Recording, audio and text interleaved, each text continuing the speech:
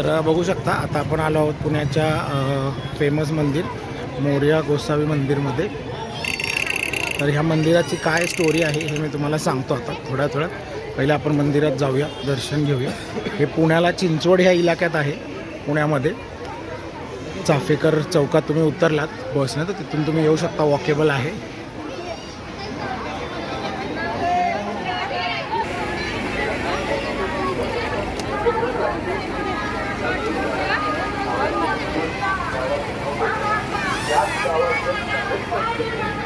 हे बघा, बघू शकता तुम्ही।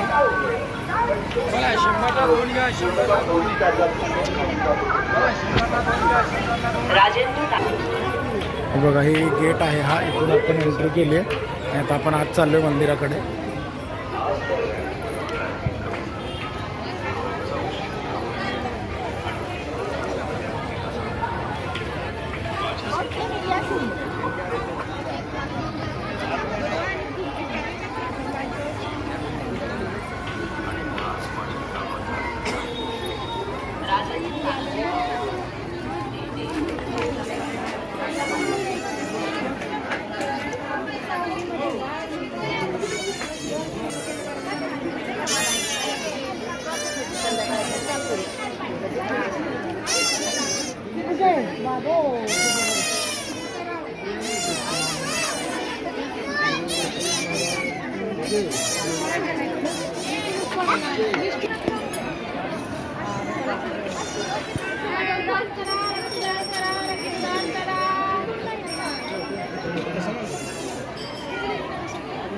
हे मंदिराचा परिसर आहे आणि इथे खूप मोठी लाईन आहे आज संकष्टी असल्यामुळे खूपच गर्दी आहे बघा, इथे बघू शकता तुम्ही।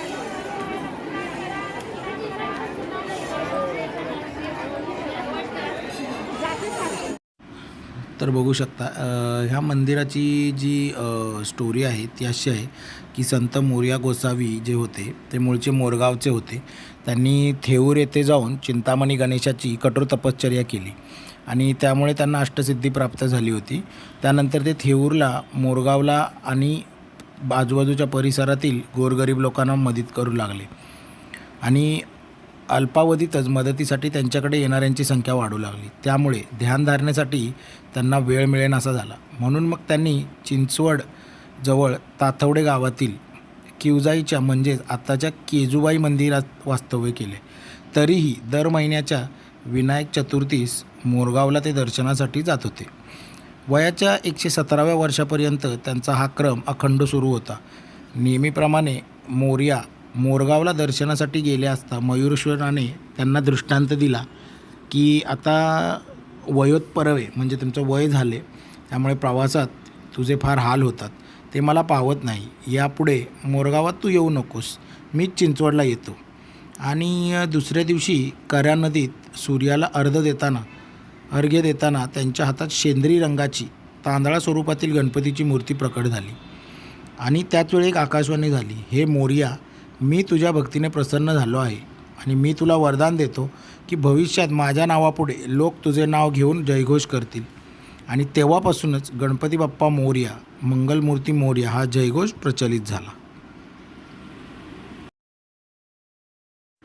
मग पुढे या नदीत सापडलेली मूर्ती मोरया गोसावींनी चिंचवड येथील देऊळवाड्यात आणून प्राणप्रतिष्ठा केली आणि वयाच्या 186 म्हणजे 186 त्यांचं एज असताना मोरया गोसावींनी मयूरेश्वराकडे संजीवन समाधी घेण्याची इच्छा व्यक्त केली। मयूरेश्वरांनी त्यांना परवानगी दिल्यानंतर त्यांनी मार्गशीर्ष महिन्यामध्ये इसवी सन 1561 चिंचवड येथे संजीवन समाधी घेतली। त्यांच्या समाधीनंतर त्यांचे पुत्र चिंतामणी यांनी येथे गणेश मूर्तीची स्थापना केली। याच गणेश मूर्तीखाली श्री मोरया गोसावी आजही संजीवन समाधीस्थ आहेत असे सांगितले जाते। 58 ते 1659 या काळात पूर्ण झाले। या मंदिराचं बांधकाम तुम्ही बघू शकता, पूर्णपणे दगडी आहे आणि मोरया गोसावी यांच्या समाधीच्या समोरच श्री चिंतामणी महाराजांची खोल गुफेत समाधी आहे आणि त्या जागेवरही द्विभुज गणेश मूर्ती आहे। आणि पवना नदीकाठी चिंच आणि वडाच्या वनराईमध्ये मोरया गोसावींचे देवस्थान वसलेले आहे। खूपच सुंदर मंदिराचा परिसर आहे, बघू शकता तुम्ही, खूप प्रसन्न वाटतं। तर पुण्या साईडला जर तुम्ही आलात तर चिंचवड येथे हे मंदिर आहे मोरया गोसावी यांचं. खूपच सुंदर आहे आणि ह्याला एक चांगली हिस्टॉरिकल स्टोरी आहे त्याच्यामागे. तर डेफिनेटली व्हिजिट करा. खूप पॉझिटिव्ह वाईब आहेत आणि खूप प्रसन्न वाटेल तुम्हाला. तर डेफिनेटली इथे तुम्ही आलं पाहिजे.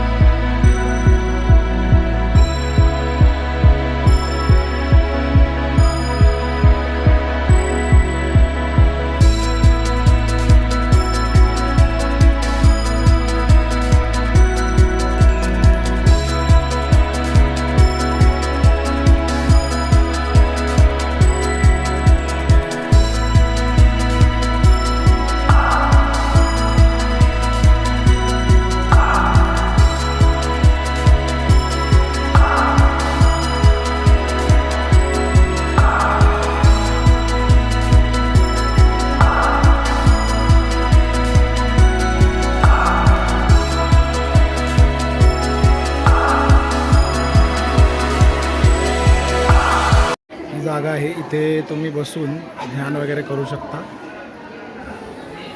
वेटिंग आहे इथे. छान आहे. बघा हे ते ऑफिस आहे मोरया गोसावी संजीवन समाधी कार्यालय. त्या ऑफिसमध्ये जाऊन तुम्ही पास घेऊ शकता 100 रुपयाचा जेव्हा गर्दी असेल तेव्हा आणि त्याने तुम्हाला डायरेक्ट दर्शन मिळू शकतं.